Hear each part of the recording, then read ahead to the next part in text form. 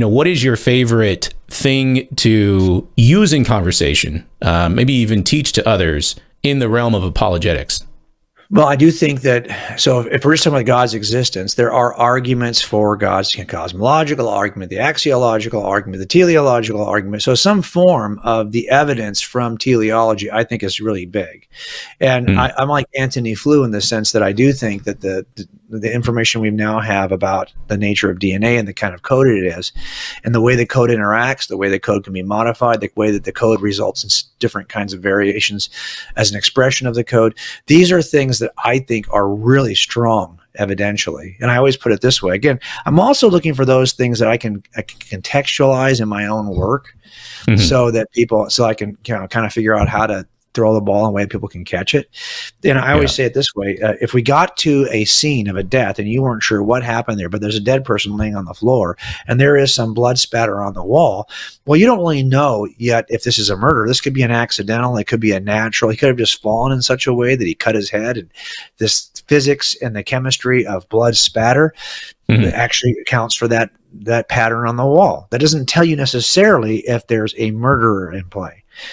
This could be what we call event causation and not agent causation. The event is tripping and he falls and he hits his head and then everything else is chemistry and physics.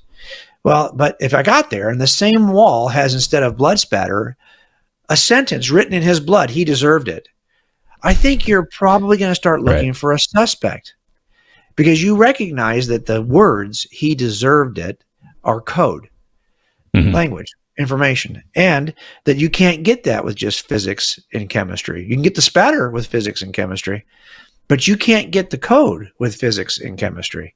And this is such an innate, intuitive response that we would have. Yet, of course, we see this elaborate code in the DNA, and we're like, oh, no, we can get that with just physics and chemistry acting on space, time, and matter. Okay, well, if you think you can get that with just physics and chemistry acting on space, time, and matter, well, that's your burden. It's not my burden. Every other place I've ever seen language or code, I'm looking for a coder who is intelligent. Now, if you think you can get that without a coder who's intelligent, that's not my burden. That's your burden. So I do think, to make the claim that these kinds of things can be found in the DNA code without having to inference, coming to the inference that there is a transcendent coder who is a mind responsible, who might even be called to see the author of life.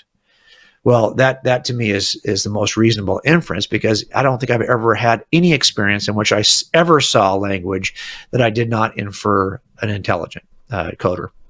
So I think that's a reasonable inference. I can use it with my own casework to give you an example that, you'd think you're crazy if you didn't look for a suspect. And that's the kind of thing that I try to use with students. And this is true for all of us. Look, all of us have got some experience in some discipline that we are geeked out about. It doesn't have to be our profession. It could just be our hobby. A lot of, I use this analogy a lot because it's true for me. I'm a big football fan. Football season is huge for me, both college and pro ball.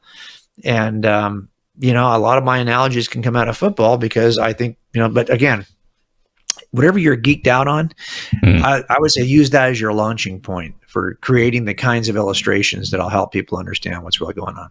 Yeah, well, that's good. So what I'm hearing is kind of a two-part answer, right? Like teleology is probably your favorite thing to sort of talk about and discuss with others, but then shaping the language, shaping your conversation, attuning it to the person's ear that you're talking to, that's a whole separate skill. And it is, because every suspect you try to get a confession from is a different approach, a whole different suspect. You're never going to use the same approach twice.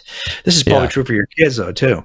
You got two different kids. I've got two boys. They're only separated by 2 years. They look a lot alike. They were like thick as thieves growing up, but they are two very different people. And the conversations I have with one don't sound anything like the conversations I have with the other.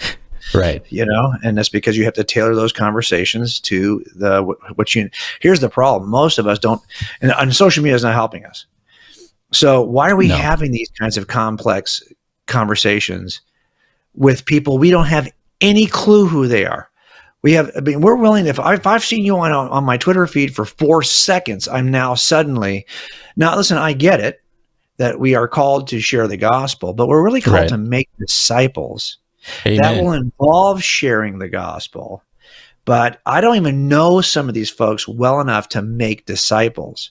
Right. So to me, it's like, okay, if I don't know you well, I'm going to spend my time, the most amount of my time, the biggest set of resources I'm going to spend with the people with whom I have the opportunity to make disciples, and probably a lot less with the people who I'm just going to be able to give a message to or help them knock down a barrier. Somebody else at some point, though, is going to need to pick up the burden of making a disciple.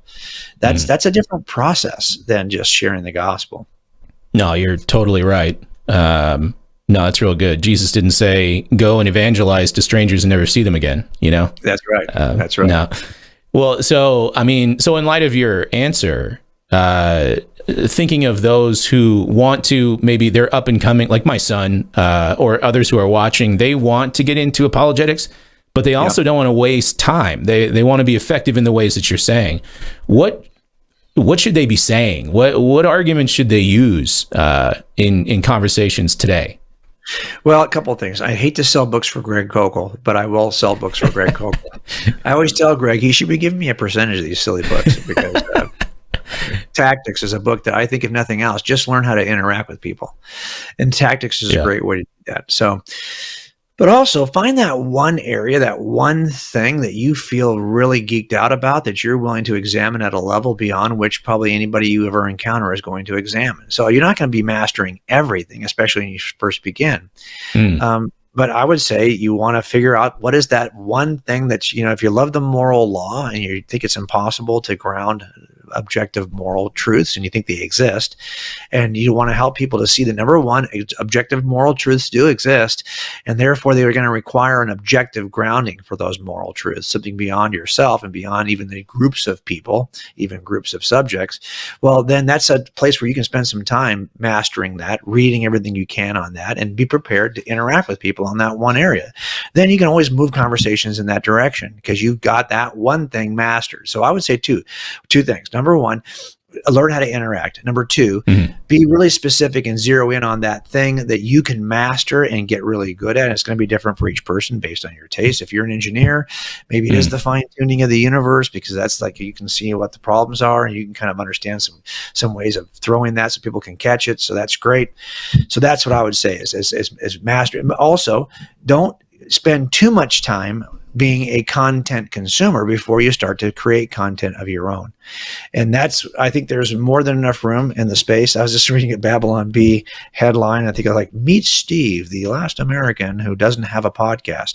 It's like that kind of, right? Where, we all have a podcast now, and that kind of gets to be a cluttered space. But here's what I've noticed. If you're willing to keep on doing it, would you do this if you had no audience at all, or you had an audience of 10? Like, you don't know who's eventually going to find this podcast and listen to it. So there's a book called Platform by Michael Hyatt. That's the other book that I recommend probably more than any other book. And that book will help you to figure out how to take these ideas and leverage them in a world that's noisier and noisier every day.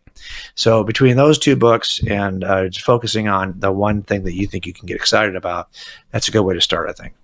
That's funny you mentioned Hyatt. He's got a podcast too. It's pretty solid. Yeah. No. So this is a guy who's, he was a publisher, I think, at Thomas Nelson. Yeah, that's right. And then when that got, I think, consumed by HarperCollins or whoever bought it, he started to kind of work as a speaker. And then he knew he had something he wanted to get out in front of the culture. If it's just his own ability to speak, if it's just a speaking ministry or a speaking profession, well, you have something that you want to get out to culture. It's the gospel. Then the question becomes, well, what do I need to do? So for us, it meant that I started writing. I tried to multitask and leverage the stuff I was already doing anyway. So I was a youth pastor. So I had write a message, create this amazing PowerPoint for it to show it one time to a group of about 50 students. Right. Well, I needed to figure out a way to turn that into resources for the church.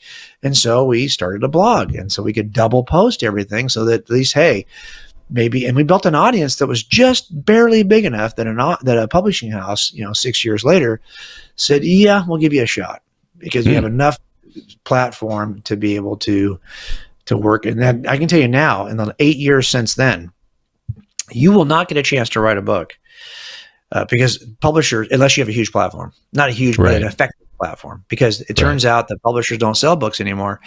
The authors sell books. And so now it's like, okay, so I have this idea. I think it's creative. I think I want people to know this about Jesus. I don't think I see anything like it on the market. So you write this book. Well, no one writes a book they want no one to read. The bigger challenge is not writing the book. That's a challenge enough. How do you get people to read the book? That's an equal challenge. And I spend as much time on that side as I do on the other. So